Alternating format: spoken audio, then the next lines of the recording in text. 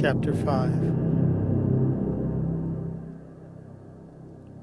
I feel the wisdom of the source of all the universes that is resounding through every scintilla of the creation, resonating through who I am right now. I recognize her now, even better than before. I call her to me. She appears instantly with the slightest hint of a smile. I say,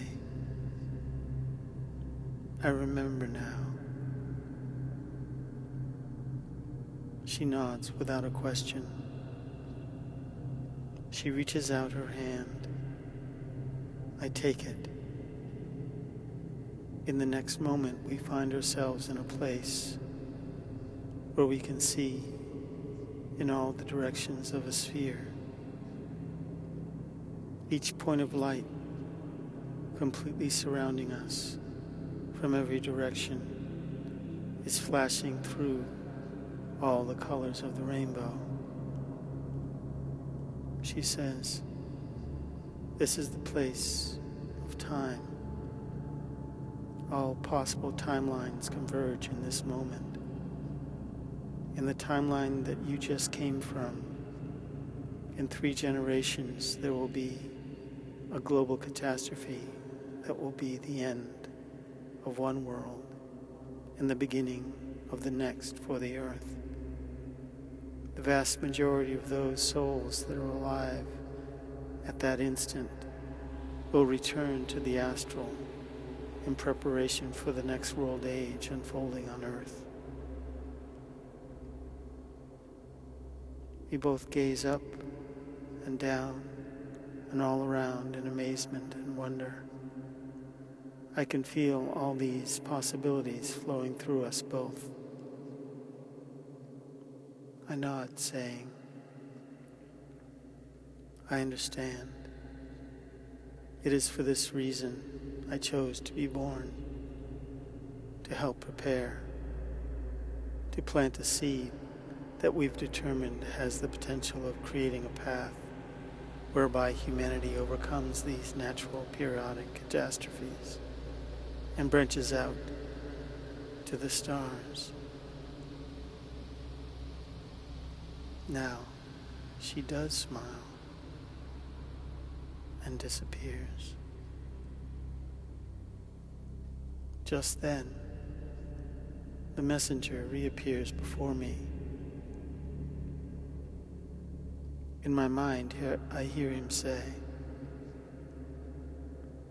I will take you now to a place where you will study among the other messengers. In this next instant, we are floating again down to the earth. In what seems like moments, we descend through the clouds and land in a very cool and wet green place. It feels like it has just stopped raining here, only moments before. There are several beings like this messenger walking about this series of earthen mounds. These structures all appear to have all been man-made, although quite some time ago, as they are now covered in a lush green turf. In this moment, the sun breaks through the clouds. I can see the surrounding countryside. We are on a great bluff. I have a clear view across the lower rolling hills, fields, and forests, all the way to the horizon in all directions. And as if to pointedly mark the moment, there is a rainbow that quickly grows into a double and then triple. Some people laugh. Some people cry. Most are silent.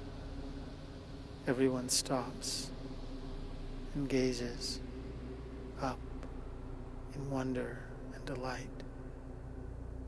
In this moment, we are all so simply unified in our shared appreciation for this spectacle. As the last of the rainbow finally fades and everyone gets back to what they were doing before, the messenger leads me to the top of the bluff, to a pole at the center of a man-made circular structure. Here they say, "This is a celestial observatory," and they begin to explain its intricate workings. On this aspect of the bluff,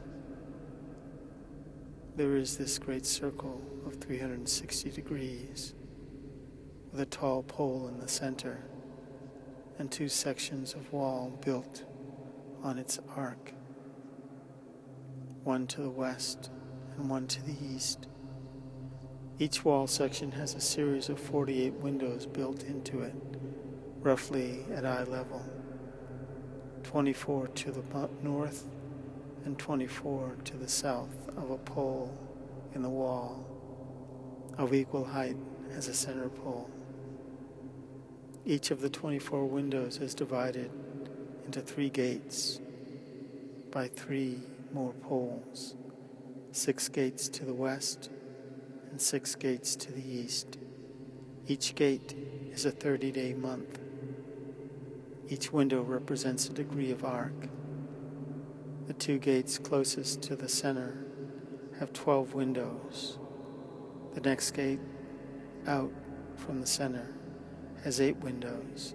The furthest gate out has 4 windows. Altogether, they represent the ecliptic, the path of the sun and planets.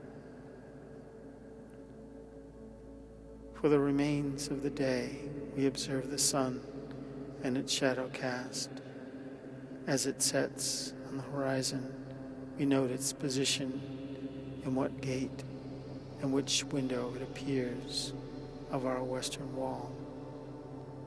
I am guided by the messengers to observe the order, patterns, and location of the stars in relation to one another, as well as their rising and or setting points along the horizon, and what windows and gates of the circular wall do the other visible planets appear to rise and set.